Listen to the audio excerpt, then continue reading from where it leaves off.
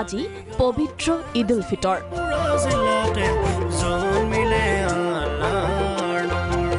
মাহজোৰা ৰোজা তথা উপবাসৰ অন্তত ইছলাম ধৰ্মাৱলম্বীসকলে পালন কৰিলে পবিত্ৰ ঈদ। বিশ্বৰ লগতে ৰাজ্যৰ বিভিন্ন প্ৰান্তত ঈদ উল ফিতৰ পালন।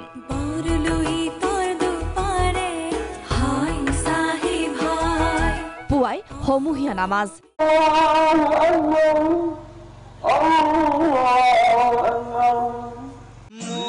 এয়া মহানগৰীৰ পৰিৱেশ।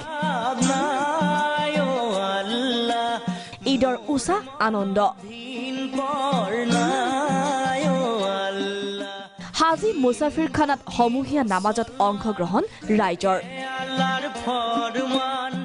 এমাহ জোৰা যিটো আমাৰ ত্যাগ, এমাহ জোৰা ৰোজা ধৰি গোটেই দিনটো একো নোখোৱাকৈ গোটেই নিশা আমি ইবাদত কৰি আমি এমাহ সম্পূৰ্ণ হোৱাৰ পিছত আজি আমি সকলো ইছলামধৰ্মী লোকে আজি আমি পবিত্ৰ ঈদ উল ফিতৰৰ নামাজ ইতিমধ্যে আদায় কৰিলোঁ।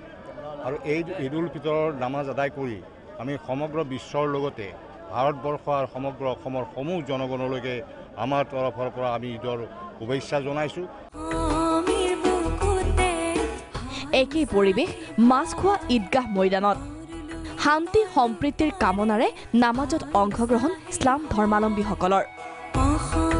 জনপ্ৰিয় কৌতুক অভিনেতা খেপু মামাই প্ৰাগ নিউজৰ আগত পৰিৱেশন কৰিলে জিকিৰ।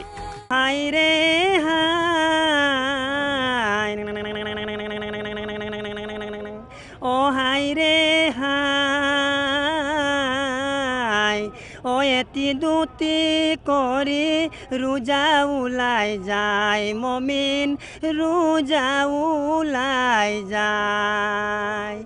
ইমান নামাজ আৰু ৰোজা দিলত লোৱা বান্ধি, তেতিয়া বুজি পাবা ইমান মানে কি। বিশিষ্ট সাংবাদিক হাইদৰ হুছেইনে ব্যাখ্যা কৰিলে ঈদৰ তাৎপৰ্য।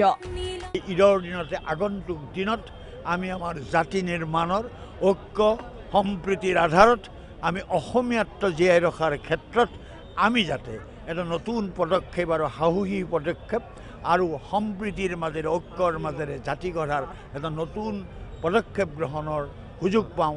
ভূপেন্দ্ৰ কাৱাল, সুধাকান্ত ভূপেন হাজৰিকাই কৈছিল যে ভূপেন্দ্ৰ কাৱালক ইজাজত দিয়ক। আমি তেখেত আমাৰ পৰা গ'লগৈ, কিন্তু তেখেতৰ চিন্তাধাৰাক আমি ইজাজত দিব নোৱাৰোঁ। তেখেতৰ যিটো অসমীয়াত্ব যিটো আছে, য'ত হিন্দু মুছলিম বুলি কথা নাই, ঈদ হওক পূজা হওক হিন্দু মুছলিম সকলোৱে মিলি পেলাই কৰে। মাছখোৱাৰ নামাজত এইবাৰ দেখিবলৈ পোৱা গ'ল কিছু ব্যতিক্ৰম পৰিৱেশ। নামাজত অংশ ল'লে দুই কিশোৰীয়ে। ৰাজপথৰ পৰাই ঈদৰ আনন্দ ল'লে বিদেশী পৰ্যটকেও। আনপিনে ঈদৰ নামাজত অংশ ল'লে কেইবাগৰাকীও ৰাজনৈতিক নেতাই। নগাঁৱত নামাজত অংশ ল'লে বিধায়ক ৰকিবুল হুছেইনে। পবিত্ৰ ঈদৰ দিনাই শান্তি সম্প্ৰীতি অটুট ৰখাৰ আহ্বান বিধায়কগৰাকীৰ। আমাৰ ঐতিহ্য পৰম্পৰা আছে। এই পবিত্ৰ ময়দানৰ পৰাই আমি ৰাজ্যবাসীলৈ, দেশবাসীলৈ, বিশ্ববাসীলৈ ঈদ মুবাৰক জ্ঞাপন কৰিছোঁ। আৰু আৰম্ভণিতে আমি সকলোকে কৈছোঁ যে আজিৰ এই পবিত্ৰ ঈদত এটা মাহ উপবাসে থাকি ৰোজা ৰাখি আল্লাহৰ ওচৰত বিভিন্ন প্ৰকাৰে আৰ্জি জনাই আজি সমূহীয়াভাৱে আমি নামাজ পঢ়িবলৈ আহিছোঁ।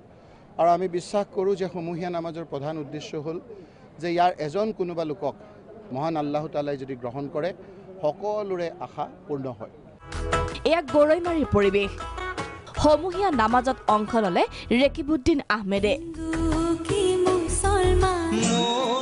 এইপিনে ধমধমাত ঈদৰ আনন্দ ল'লে সাংসদ নৱকুমাৰ শৰণীয়াই। ইছলাম ধৰ্মাৱলম্বী লোকসকলৰ সহিতে নামাজত বহিল শৰণীয়া। আমাৰ বহিসকললৈ আমাৰ আন্তৰিক শুভেচ্ছা থাকিল আৰু আহি থকা দিনবিলাকৰ তেখেতসকলৰ সুখ শান্তিৰ লগতে আৰু অধিক উন্নতি হওক তাৰ কামনা কৰিছোঁ। আনপিনে কোকৰাঝাৰত নামাজত বহিল হাগ্ৰামা মহিলাৰী। পুৱাই সমূহীয়া নামাজত অংশ ল'লে বিটিচি প্ৰধান হাগ্ৰামা মহিলাৰীয়ে। ইয়াৰ সমান্তৰালকৈ লখিমপুৰ যোৰহাটত দেখা গ'ল ঈদৰ ব্যতিক্ৰমী পদক্ষেপ। পৰিৱেশ দিৱসৰ লগত সংগতি ৰাখি গছপুলি বিতৰণ। পুৱাই ৰাজ্যৰ বিভিন্ন প্ৰান্তত দেখা গ'ল সমূহীয়া নামাজৰ সমান্তৰালকৈ জাৰি জিকিৰেৰে এক অনন্য পৰিৱেশ। অভয়াপুৰী, বাঘবৰ, বাইহাটা, বিশ্বনাথ, চিৰাং, ধুবুৰী, ডিব্ৰুগড়, ডিগবৈ, গৰৈমাৰী, হাজো, হাফলং, হোজাই, লাহৰীঘাট, মালিগাঁও, মোকালমোৱা, নলবাৰী, নাওকাটা, দক্ষিণ শালমৰা, শিলচৰ, তেজপুৰ, তিনিচুকীয়াৰ পৰিৱেশ এয়া।